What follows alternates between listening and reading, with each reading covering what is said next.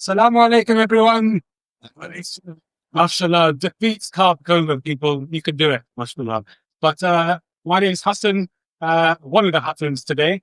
On behalf of Hounslow Muslim Centre, thank you all for coming to our summer family festival day, which began in glorious start this morning with this room that you're sat in now was covered with trains and train tracks and lots of kids having great fun. As for a rail anorak like myself, it was, I won't say close to $50, but inshallah, in Jannah, they will be saved. That's all I can say, inshallah. Please do that. And that you get there, inshallah. So, on behalf of Hounslow Muslim Centre, thank you for coming. So, this is our third edition of our speaker series, which started in recent months. And delighted to say we've got really, hopefully really poignant, interesting topics today around who's heard of media? Anyone heard of media? Can you raise your hands? No one's heard of media. Okay, one mother, mashallah. Social media, traditional media, online media, news media, the press, and all of the issues which tend to affect Muslims, affect Muslim community issues. We're going to see a lot of these matters discussed today. And without further ado, it's my pleasure to finally have cajoled two fantastic speakers for you today. We don't get out much. I mean, Logan does, but the other one's quite shy. He's from the Midlands. So we're really especially delighted to have him make a special effort to come to the right masjid in Hounslow. Alhamdulillah. He's made his way to a different masjid in Hounslow this morning for other reasons, but we're happy that he's made a false correction to come to Hounslow Muslim Centre. So just to kind of introduce our guest speakers for this speaker series event, starting on my far left, although that may or may not be his politics. So Muhammad Shreer holds a bachelor's degree in politics, philosophy, and economics, BBE, with a diverse background in community development, media, and education. He previously served as the regional manager at MEND, Muslim Engagement and Development, and as a producer at Islam Channels. He's head of Islam Channel. Takbir. There you go. He got that. Currently works as a sales and marketing consultant for global Muslim brands. He is the founder of the Dabsud podcast. So all the fathers in the room, when you go home, YouTube, Dabhood, all of that podcast, we all need it, all the partners out there, inshallah. And he's also co-founder of the Watford Islamic Centre, just up the road. Alhamdulillah, we've got one share with us. And of course, to my near left, or his far right, that's not his politics, he assures me, we have Hasan Patel. Hasan Bhai is a strategic communications advisor with extensive experience in media, advocacy, and public engagement. He has worked as a broadcast journalist for both the BBC and Al Jazeera, and Z Communications and campaigns organizations, including Al Jazeera Media Network, the University of Birmingham, United for Global Mental Health, and Birmingham University. He currently serves as a communications director at the Balanced Economy Project, a think tank focused on economic fairness. Additionally, Hasan works as an independent communications consultant, advising NGOs, political and civil society groups, and individuals. Besides his professional roles, Hasan is actively involved in civil society. He is a trustee of the Seoul City Arts and has significant expertise in social justice, message clarity, and shifting public narratives. He also sits on the executive committee of... Long, isn't it? Is that long? It's a bit too long. Hasan Patel from Birmingham. So without further ado, I'm going to hand over to my guest. We'll be having inshallah, free-flowing conversation here with us today, and then at the end, sometime Q&A with ourselves. So without further ado, inshallah. So we turn on my live. Okay. All right. Bismillah, alhamdulillah, salatu wassalamu ala rasulillah. That was help for joining us. We'll get straight into it. You're here because you want to say about how the narrative in the media can be changed. And that assumes a different question. it assumes that there's a problem with the narrative in the media. So first we need to discover what that problem with the narrative in the media in order to understand how it can be changed. So I'm going to ask Hatta, given that you the expert in this space. The first thing to start off with, I'm going to start quite strong, Hassan. I'm going to ask you, what's your opinion and why do you think that the media and the standard narrative that we have at the moment in traditional media and sometimes social media requires so much from Muslims to condemn various different acts? Why do you think that has become such a standard and why is that such a problem for Muslims? Assalamu alaikum, everybody. Thank you for coming and kind of forfeiting your burgers for this conversation. Before I get into your point, it's been a bit of a tough day for me. I've had to come to London. I had to ignore Nigel Farage's kind of comments about how unsafe the city is. I did walk half a mile. Nobody mugged me. Nobody attacked me. So, alhamdulillah. For someone from Birmingham to say that about London, I'm going to make the most out of it and milk it. Hence why I said that. Anyway, going on your point about media narratives. It's a historical problem. What's happened is that the British Muslim community over the years has been pillared, attacked, constantly under the scrutiny, as we know. And because of that, the communication strategy of certain Muslim organizations or Muslims has been one of apologetic, one of, I'm sorry, this isn't us. I mean, I'm going to be pretty honest here. Put your hand up if you've always said, yeah. Put your hand up if you've ever had to say to someone, no, they don't represent me. I'm not like them. I mean, I'll put my hand up. I've said it. Yeah. Probably people who are slightly older have said that, not younger people per se. So we've kind of been made to condition ourselves to be apologetic. And that's why you always see comments about mosques condemning this or mosques not distancing themselves from particular areas. And the reason for that is because psychologically we've been made to think like that. Because when the when the Daily Telegraph or the BBC say something or they write something, we've got this deference of a legacy of colonialism as well, that they must be right. They must have some narrative in their arguments, and they're a journalist and they do some great work, so they should be at least doing their due diligence, and perhaps there is some kind of problem, so we have to distance ourselves. And if we distance ourselves, what happens is we then have a situation where people basically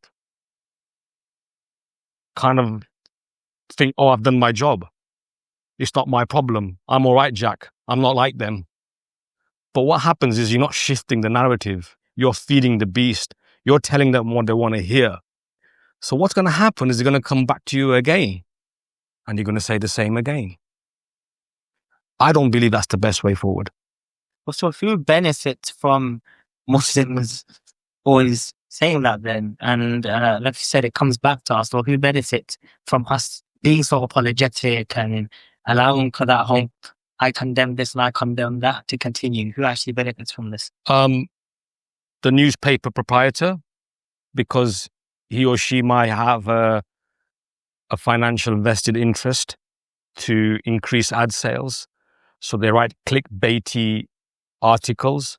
So, for example, there was a particular mosque in this area where somebody was stabbed, had no connection with the masjid. It was just a coincidence that the stabbing occurred outside the masjid. But the media narrative was man stabbed outside mosque. So what do you think straight away? There may have been some kind of fisticuff fight going on inside the mosque. Perhaps someone got angry and wanted to wage jihad against everybody, so he went into the mosque and stabbed someone.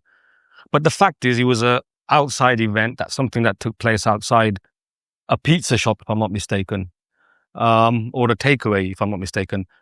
But man stabbed outside pizza shop sounds very boring. Man stabbed outside mosque. There's more chance of me clicking that. So it suits them, not us. Okay. So it benefits them. Now, if we're going to try and change that, we're going to try and encourage Muslims to take a braver stance, to not be so apologetic, to move beyond this narrative of condemning things all the time. Why should they do that? Why put in the effort? Why put in the energy? Why try and educate people on how to have a better narrative in the media and how to better represent ourselves?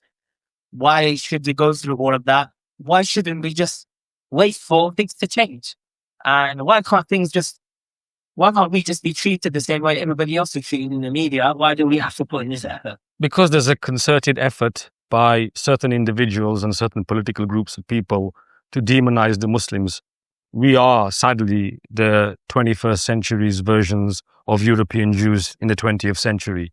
We are being demonized because of our religion, because of who we stand for, what we say. And people believe that what we stand for, what we do, is not conducive to British values. So that's the first reason. Second reason is, the whole narrative over the past 30 to 40 to 50 years has been one of anti-Muslimness. You only have to watch a really good film that Arnold Schwarzenegger did in 1992, Crimson Tide, I think it was. Crimson Tide, where he plays a CIA director or a CIA field officer, and he's beating up these really stupid Muslims and Arabs who are shouting from their necks and kind of trying to wage war and jihad. How many movies have you seen like that where the Arab or the Muslim is the bogeyman? In the UK, we are constantly seeing, for example, certain politicians trying to get their narrative across. For example, London is a dodgy place, you're going to get mugged. Now, why are they saying that? It's a sudden hidden way of saying it's run by a Muslim mayor. Nobody says Manchester's a dodgy place, even though the crime rate's higher in Manchester. Andy Burnham's the mayor there. So second reason is the reason of this perception.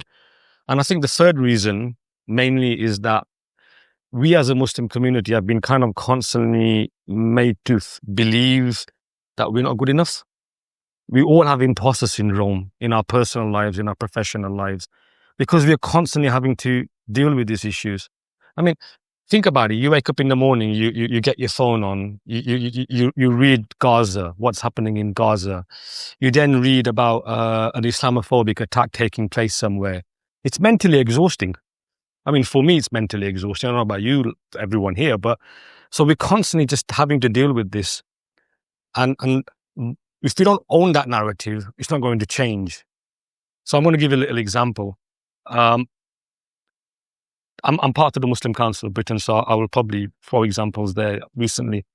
The Reform MP, the new one, I forgot her name, hence why she's relevant, got up in Parliament and spoke about banning the niqab and the burqa. Her first maiden question, apparently someone did some research and found out there's not even a woman in Runcorn, where she comes from, that wears a niqab. But it's a big issue for her. Not cost of living, not NHS, not crime, but that. And then suddenly the phone calls started coming into the MCB. What do you have to say about this? What do you have to say about that? Some people said, we should condemn it. I said, no, we shouldn't condemn it. What we should do is say, you know what, we don't have time for this. We've got bigger things to worry about. NHS, the future of our kids, cost of living, Gaza, these things matter. Not some stupid comment in Parliament where parliamentary privilege was used. The irony was that particular statement was received pretty well by the Muslim community. Is one of the best performing posts on our social media accounts. And I felt that's because in some ways we gave a bit of confidence to Muslims. Yeah. Saying, no, you don't have to condemn that. You don't have to, debate about the niqab and that. People have a choice. They want to wear it, they can wear it. But why are we having to constantly... Yes, if someone in a niqab is being attacked physically, then we have to come and defend that, of course, I agree. But some then she did another event recently, Reform for Women or Women for Reform, where she was talking about how these men come from dodgy backgrounds and they exploit our women. again, subtle forms of racism. We received phone calls for that, for media inquiries, not from Islam Channel, but from the BBC and the Daily Telegraph. And no, from the GB News, Talk News, Daily Telegraph, these three. So there's always a kind of a coloration there. The same people always contact us. So we just said it. Muslim women, we've got bigger things to worry about. You started sort of giving us a solution here, right? Which is the confident statement that they made. I don't want to get to solutions too quickly. Sure. I mean, take our time with this and go step by step. Of course. Problems. But you did bring it up, right? Which kind of gives us a glimpse into how we can get out of these reactive cycles that we often find ourselves in as a Muslim community. Something happened and we feel like we have to react straight away. And we don't take a second to think about the strategy, what that reaction is going to be. Okay. And often it comes with a lot of emotion on our side.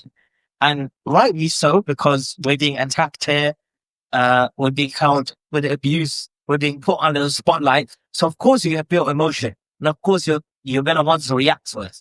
But what NCB did in that moment was strategize and take a moment to think about a different narrative, which you said gave confidence to Muslims and became one of the more popular social media posts. How do us as everyday Muslims go about feeding into that sort of mindset? How do we sort of adopt that mindset of pausing, thinking, and not feeling an emotional reaction to what we see when we're being attacked? How do you really just stand back and say, okay, you know what? I'm going to process this the right way, and I'm going to react to this in a way which is much more conducive to how I want to think and how I want to portray myself. I think that MCB statement was a bit like someone lighting a matchstick in the wind. It's not warm enough. It's not going to help. We need to do more of that. Now, I don't expect everyone here to become social media gurus and start posting stuff, but just try and have this kind of mindset of understanding that you all got stories, and that's what I want to get into. Everybody's got a story. That young girl there's got a story. That gentleman there's got a story. Everyone's got a story. Some of those stories are positive stories. I mean, who came to the UK from another country? Okay. How many of you work here? Who came from the UK from another country and they work here? All right. Can I ask some people some questions? What do you do, sir? What do you do? What's your job? Banking. A legal. Consultant. Tech. Banking, legal, consultant, tech. Everyone's got a story in your workplace, what you've done, what you've contributed to. Students have got the story. One of the best performing students this year for the A-levels was a young British Pakistani girl. She rinsed it when it came to the A-levels. It's about being proud and confident about that. And I think we need to tell each other stories more and more. Hasan loves trains, and he shared a photo of the train set here. That's his story. But we were having a conversation just a few weeks ago about the pioneers in the Muslim community. I only found out that my uncle in 1968 worked for 6 months on the trains, laying the tracks from Birmingham to Walsall. That's a pioneer story, because everyone uses that train from Birmingham to Walsall. So it's about being confident with your stories. And I think if you're confident with your stories, that's the first step. That gives you confidence. No, not everyone here is going to end up being on the media. Let's be frank and honest with you here. But if the more and more people are telling their human stories, and I'm going to slightly deviate here. I used to work for Al Jazeera. I was head of planning there, and I was working in the press office there. And we did some work on a brand tagline. And we got this company and paid them about $500,000, $800,000 or whatever. And they kind of did a survey and did everything. And then they finally came up with the tagline, which was Al Jazeera, hear the human story. If you watch Al Jazeera, that's what they do. They tell human stories. Even in Gaza, the coverage is about humanity and their stories, not about what the politicians are constantly saying and not doing. And that's been their mantra. And that's something that has made that as a successful brand. And I feel as a Muslim community, of course, I'm not saying create a media entity, but what I am saying is I think he wants to end.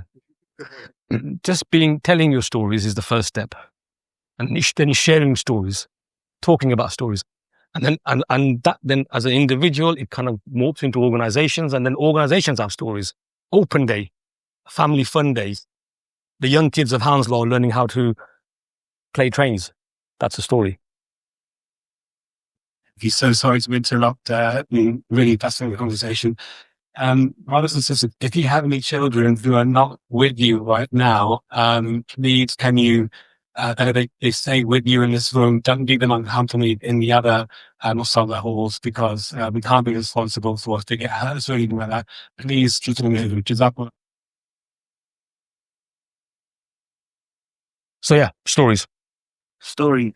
So essentially, we need That's one of many. one of the main things. There's obviously many things that we can do, but for the everyday person who's here, who may not be in front of a camera, have a mic on their face, or be interviewed by the BBC, they should be thinking about the story that they can tell to their neighbors, to their friends, and to themselves, to be honest. Sometimes we don't take enough time to really reflect upon our own lives and be proud of who we are as Muslims and what we've accomplished and what we've done.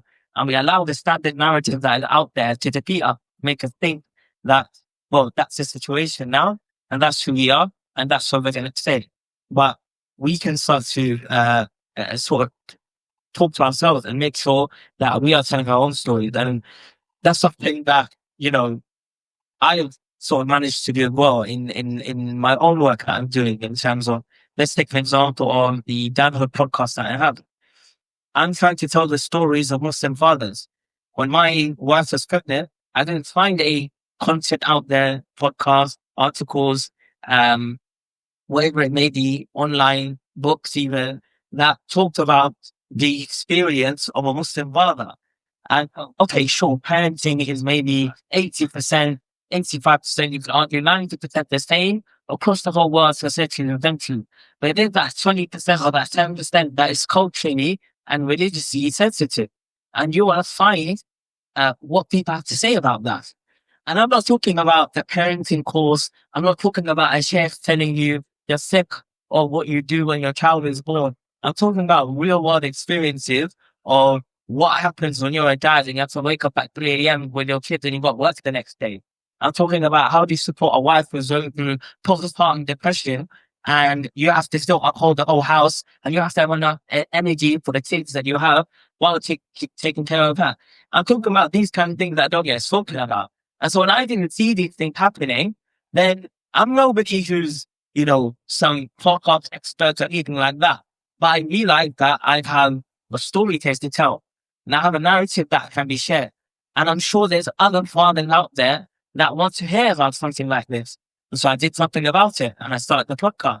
It's not the most popular podcast in the world. I'm sure Hasan will tell you that, right? But it serves a purpose, and hopefully it will continue to serve a purpose, whether I carry on doing it or not. Those things hopefully should be online for the foreseeable future, for however long YouTube allows us to talk on their platform, or Spotify, wherever the podcast is. That's just an example of us looking at our own situation and being able to be confident enough to tell our own narrative, rather than relying on what has been told to us about who Muslim fathers are. Because maybe that will start to change what people think about Muslim fathers. Whereas you had many years ago. I want to ask you a question now. Yeah. Your podcast. Yeah. Have you had people contact you with stories? Give me an example of an obscure story that someone may have contacted you on because they heard your podcast and they wanted advice. We had one brother who said that based on listening to a podcast, he wants to explore more about how his the different options for pregnancy, for birth. So there's water births, and there's in hospital, there's at home, and there's thing. And he was kind of worrying about that, and his wife was worrying about that. And then they came across the podcast, got in touch, and I was able to put them in touch with the right people, and that helped them in that situation. Other situations have been, for example, a brother who was disconnected from his children, and his children live with his ex-wife. And he found listening to the podcast helped him to start thinking through some of those situations. I don't know what's happened now, but he kind of just shared, look, that was my situation, basically. So would you say that you created a community? through storytelling. That's my other point. Creating communities. Is that togetherness, it kind of shows, hang on, I'm not on my own here. Yeah. This is actually just recently, a brother said, when I listened to a podcast, I realized that everybody else goes through the same problems that they have with their children and their wife. It was like, when you go through, you think it's just yourself. They realize everybody sort of shares these kind of problems. But the point being is, you know, one thing that this may lead into that you wouldn't even foresee or you wouldn't even imagine is the narrative that we had post 9/11 about Muslim men and Muslim fathers, that they groom their children into extremism, or they're extremists themselves, or, you know, and this whole narrative of a Muslim man, a student in university, had a big beard, went and checked out a book in the library on terrorism and extremism, and then got arrested under the Prevent Act. Why was he checking that book out? Because he's studying a course in university about that particular topic. Yeah. But because he was a Muslim man with a beard, he got singled out that he's probably checking this out for other reasons, for extremist reasons. If it was somebody who didn't look like a typical Muslim, check that out. Maybe he wouldn't be targeted in that way. Now, when we have narratives of Muslim fathers, podcasts out there, articles out there, pictures out there of them having a fun time with their children and doing things like supporting their wife and doing things like reconnecting with their children after divorce, what do you think this could potentially do to the standard narrative that's being put out there through the media about Muslim men? So that's just a point that you don't think about it when you're, oh yeah, Muslim Dad podcast, but these are things that come out there, and hopefully that will give you something that you're thinking of that you could possibly do to your neighbors, to your friends, your own stories that you could talk about. What type of change could that make in their mind that you couldn't even foresee, right? But maybe here at the front, switching the camera so they can just grab that lady and kiss me. I think she wants to go into filmmaking. Alhamdulillah. Inshallah. Yes. So I've got another question for you. Go on. Okay. If we don't do this, if we don't start taking control of the narrative, we don't start changing our mindset from being reactive to be proactive, if we don't start taking more on a strategic standpoint within the Muslim community when we respond back to what's going on in the media, if we don't do that, what are we in danger of? Well, number one, we've got the problem anyway, but it'll just intensify more. Public perception hardens. Oh, Muslims, that's what they're like. You know, you have to sometimes understand, we're only 6% of the British population, which is pretty small. It's insignificant. So there's a wider community out there. I know in Hounslow you may be the majority sometimes, but trust me, you kind of go slightly into Berkshire and then it'll be a completely different world. So A, public perception hardens. Number two, if we're not at the table making the noise, someone else is making it on our behalf. And I always get frustrated sometimes when people moan about people on media. Oh, why is that Muslim on the media? Look what he's saying. He doesn't represent me. Well, okay, go and do it yourself then. Why, you know, if people can be confident to enter that space, you occupy that space and you have the narrative in that space saying the right things. Thirdly, which we've kind of touched upon, community impact. Like I said to you earlier on, you know, it's exhausting. It's so frustrating. It's so tiring.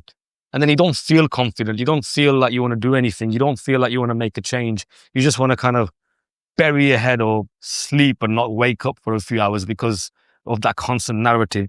And look, we're living in a world where reality is fiction, fiction is fact, and fact could be whatever Donald Trump comes up with. So what I'm trying to say is that we're fighting these battles, and when truth becomes secondary to sensationalism, then you're normalizing that lie, and that lie becomes a truth. And a bloke called Joseph Goebbels constantly said, who was Hitler's PR man, not a good person, but he said that if you constantly repeat a lie, it becomes a truth. And if we allow lies to constantly be repeated, it becomes a truth. So, for example, the hard right have been talking about your great city and how bad it is. according to them. It's all made up. The data shows that crime has gone down in London. Yes, there's certain pockets of areas, but it's a city. You're going to get that. But what the far right were constantly doing was they were subtly not saying London's a bad city. They were kind of saying it's a bad city because you got a Muslim in charge and you got too many Muslims everywhere.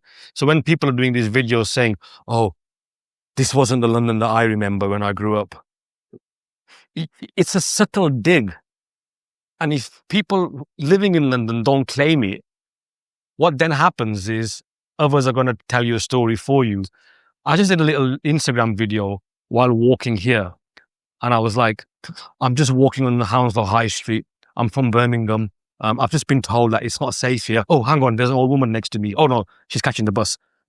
It was a bit of a funny kind of a directive. But the reason why I was doing that was to kind of tell your story. That I'm in Hounslow. It's actually safe. Apart from a couple of people waiting on a bus. They were waiting for a bus. They weren't going to mug me. But it's trying to kind of step into these kind of areas to try and at least occupy the narrative. Let's move on to some solutions then. So we've kind of been speaking about us new solutions, but I want to get a little bit more practical, okay? You said that storytelling is very important. I think we all agree that telling our stories is very important. Now, beyond doing that within our own sort of, neighbors, family, friends, etc., can we build a infrastructure within the Muslim community that tells our stories? I mean, obviously, we have an Islam channel that I used to be part of. We have social media accounts like Ilmfeed, One Path Network. These platforms that are talking about Muslims from around the globe, Muslims locally within the West, within the East, and different places.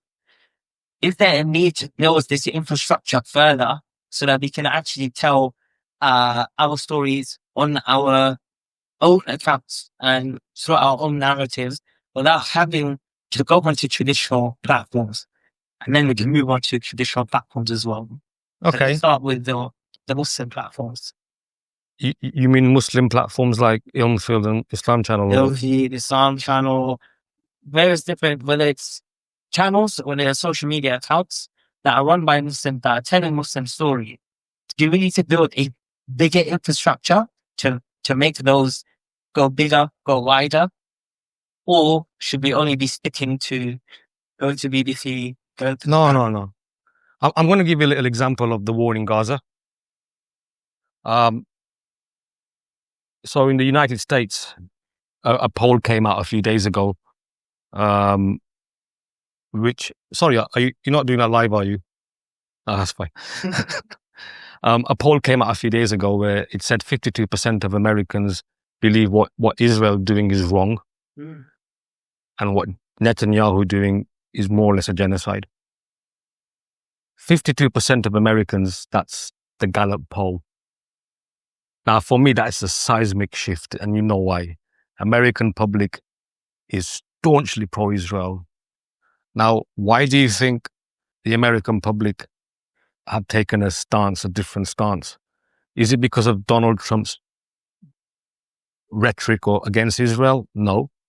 Is it because Congress have condemned Israel? No. Is it because more and more Palestinian voices are coming on mainstream media? Nope. It's because of new media.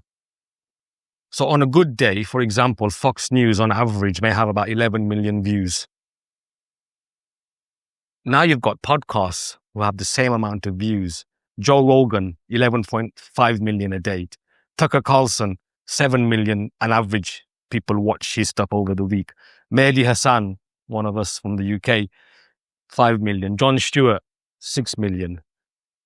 People aren't following traditional media anymore. And it's funny because someone challenged me on that idea, but the same person agreed that Donald Trump won the election because he didn't go to traditional media. Well, if he won the election because he didn't go to traditional media, then the same people who don't watch traditional media are going to go elsewhere as well. And I genuinely think that the shift in the narrative was because of interviews that Mehdi Hasan, Joe Rogan, Tucker Carlson, and Jon Stewart have done. I mean, Tucker Carlson interviewed a woman, a nun, who, for the first time, Americans got to hear what real Christianity was and is in the Holy Land, of the discrimination that they faced, the endless attacks, what certain people think about Jesus or Hazrat Isa alayhi salam. Americans never heard that. America is a very deeply conservative Christian country. And because of those narratives being coming out on their own platforms, that dial has shifted. And the same can happen in other aspects as well. I remember, I don't know, how many times you've been to like workshops and someone says, what we need are journalists. We need more Muslim journalists. No, you don't need Muslim journalists. You need content creators who happen to be from the Muslim community. That's what we need. And you can be a consultant or a banker or working in tech, for that matter, and still create content. It doesn't need a full-time vocational job. But the problem you have, and this is the key issue, is how big is your circles? Look, from the day we were born until the day we die, we live in echo chambers. We've been living in echo chambers all our lives. Social media is just a kind of an extraction of that. But once in a while, we might kind of just venture out a bit, talk to someone. And I think that in itself, I'm not saying get up and have a chat and do an interfaith dialogue thing with everybody, but just try and think, you know what, let me try and win someone over. Let me try and get my side of the story across. And a good example is that MCB post about the burqa. I remember on LinkedIn, there was a good number of people from other communities who liked that post. Yeah. And we had a similar thing recently with the Reform Party and the women. Someone working for Red Cross liked it. So you need to enhance your base, but you need to also win over allies. And that's where I think sometimes we fail as a community. We try too hard to win over people who make decisions, but they may have their own agenda. So we need to find allies elsewhere that we can build that partnership with and take on the issues. You know, I've just come from another meeting, but I was talking to some colleagues there. What do you think? I'm going to ask the group here. Okay. But there's some people who sat in the meeting, so I don't want you to answer the questions. What do you think the top two key issues are that face the British public today? That what Brits believe are the biggest issues in this country? The boats. Animals. Okay. Anyone else? Cost of living? Unemployment. All right. 14% of Brits believe cost of living is the most important issue in this country. 11% of Brits believe the NHS is the most important issue in this country. And 7% of Brits believe immigration is the most important issue in this country based on polling. However, if you look at the media, 28% of the stories is about boats. You see the disconnect? Mm. Sometimes I get so frustrated when I'm on WhatsApp and I've got members of my family or friends just constantly just sharing tweets by some right-wing fanatic. That's an echo chamber in itself. The real world, the people aren't like that.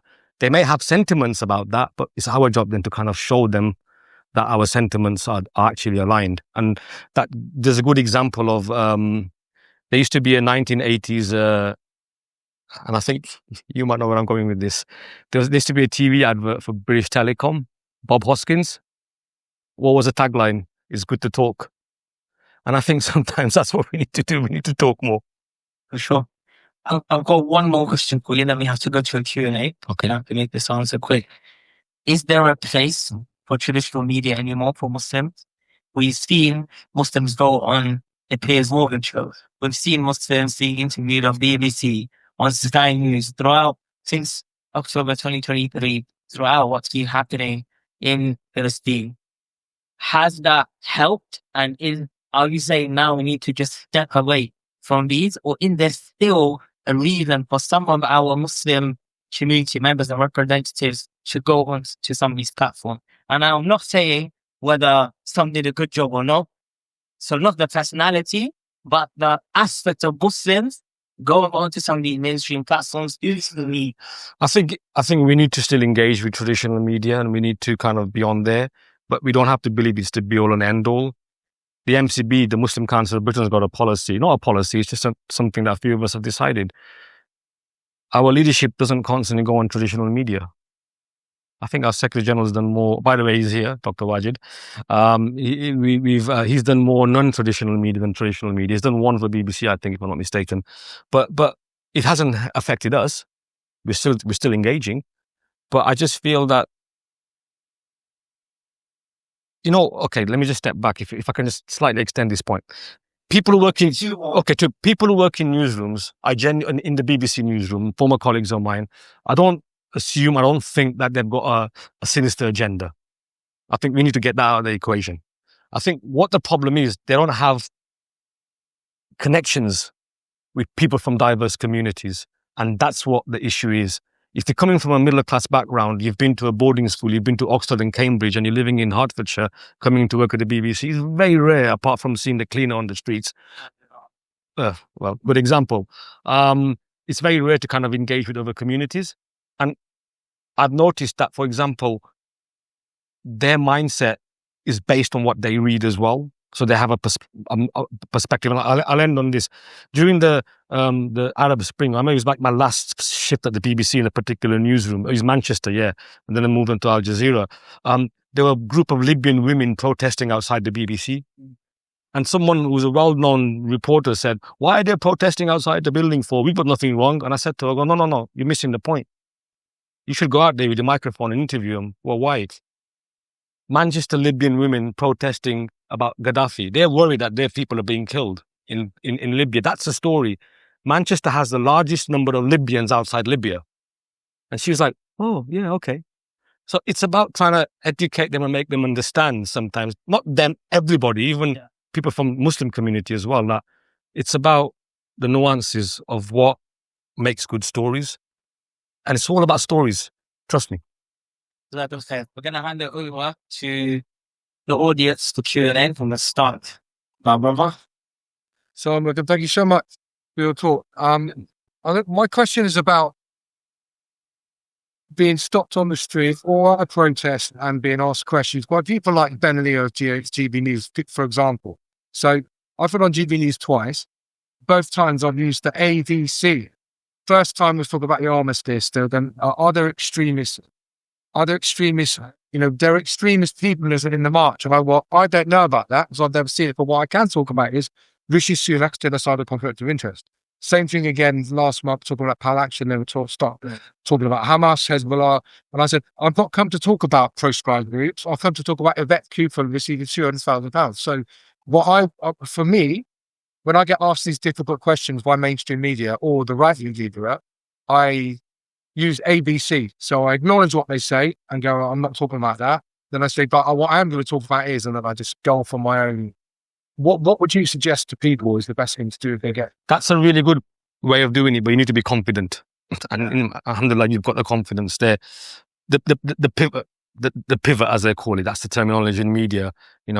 They ask you about this, you talk about that, and you move on to something else. And a friend of mine did something really similar to what you did, Mohammed, in Birmingham. He went to support the asylum seekers, and GB News got him onto the screen. And he actually said, you know what, I've come here to help these people, they're good people, and there's good people on the other side as well, but they're misguided, so I couldn't talk to them. They're not all racist. And he was saying this on GB News, like he was clearly targeting that audience. They're misguided. And then he started rolling out information. And I thought, Salman, you killed it. And that's what sometimes what we need to do. But just another point, if they do doorstep you, you can say no. Unless you're doing anything on that? Oh, okay, there's a sister there. But really good people gone here and do exactly what this brother said. So if you get asked one question, you know it's going to be a loaded question. You control the narrative. You answer what you actually want to say. So you kind of take it on the part that you want to have to answer. And I thought I was very scared about so it's already supposed to be upstairs.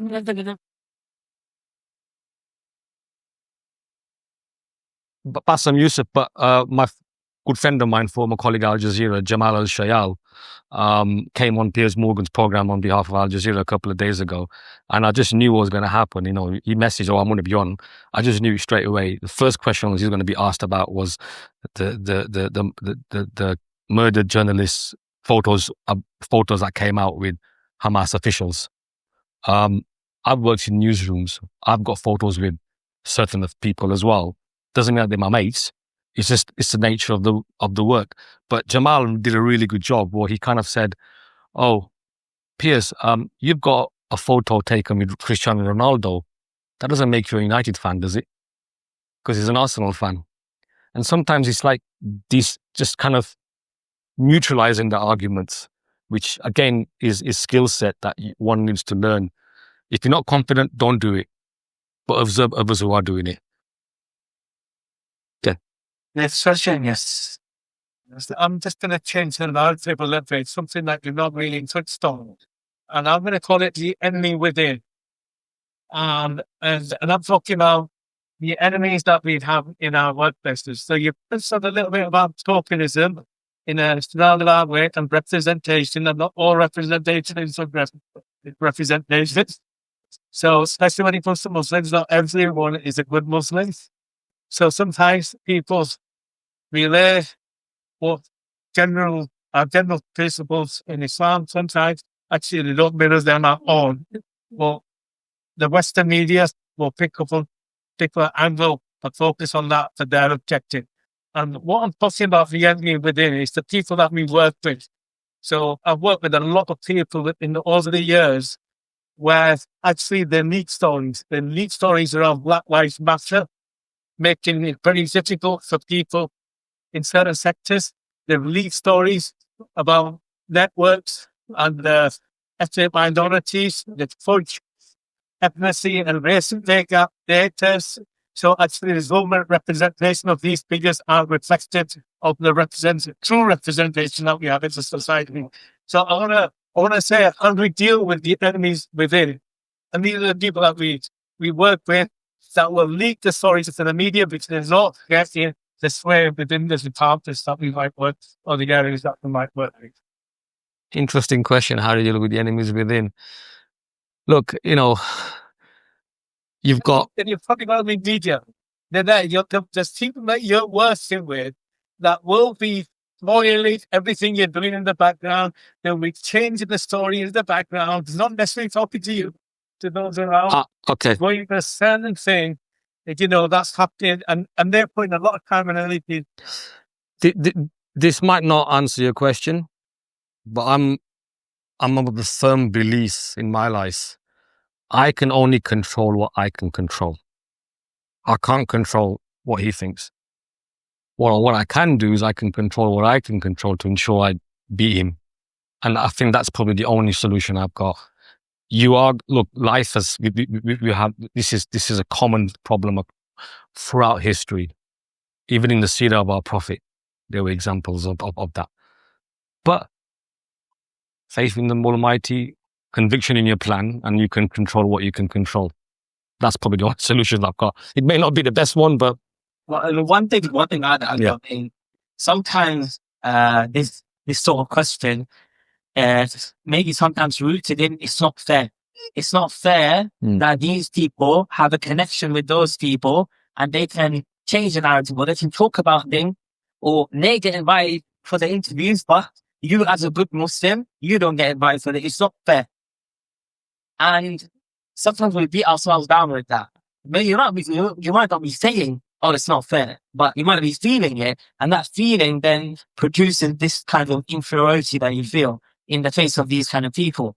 And we need to be more confident in saying, well, it doesn't matter what's fair and what's not fair. It's about sticking to the truth and knowing that if you're making dua for it and Allah subhanahu wa ta'ala is aiding you and helping you, then the help is near and the narrative will change as long as you're sticking to what you need to do without having to always worry about, well, it's not fair that they get to do this and we don't get to have that position.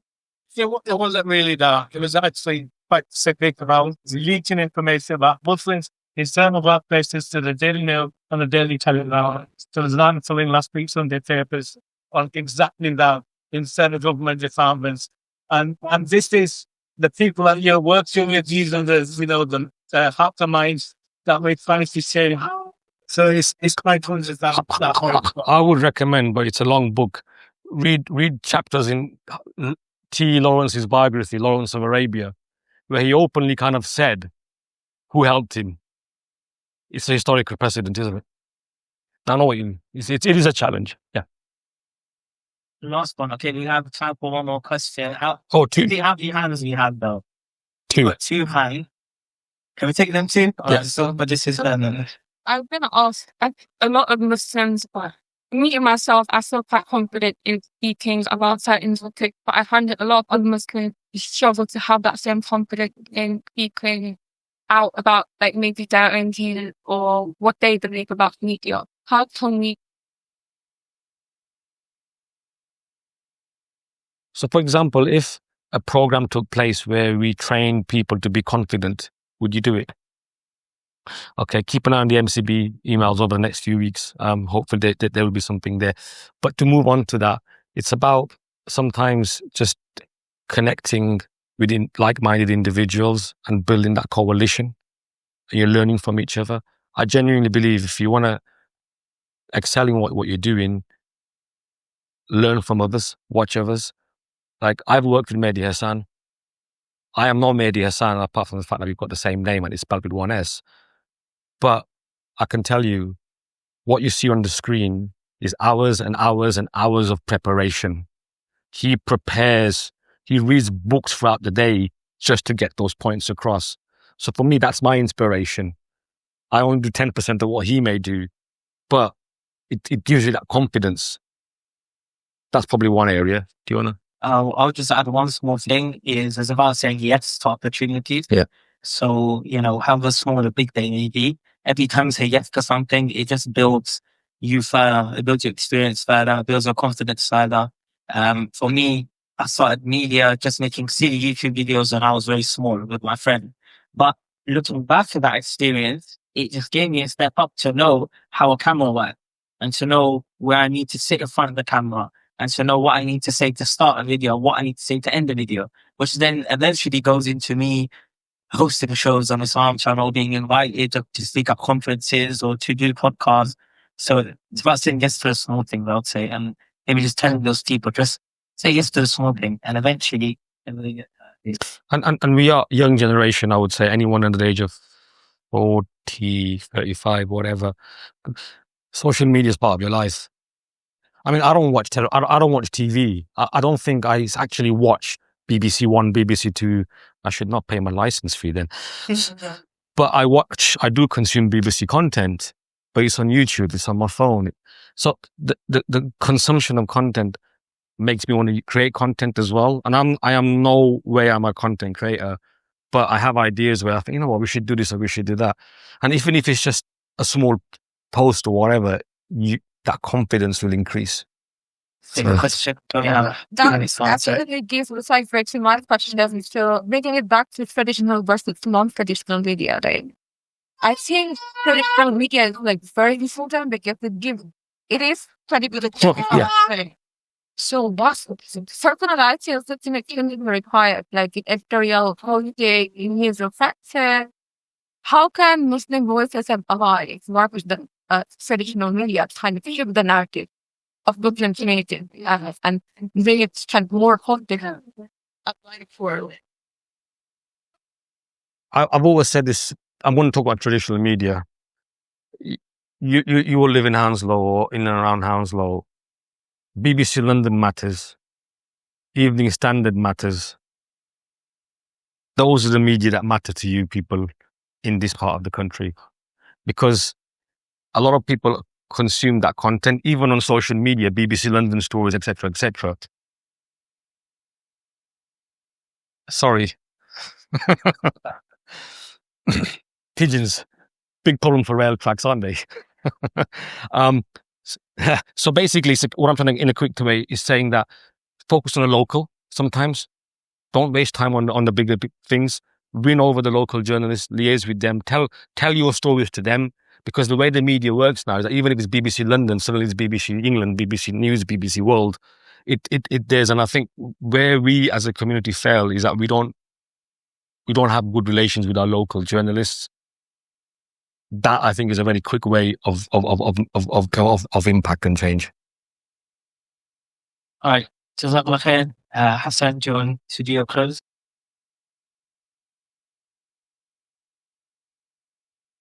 Be a very brief close there. Just to say, big thank you and Jazakallah khair to both Muhammad Sheikh and Hasan Patel for your time and for passing your wisdom and candid conversation about media and politics and current affairs in this in the UK and internationally as well. Inshallah, you'll find some clips on social media in coming days and Instagram. So please do help our engagement, like and shares and whatnot.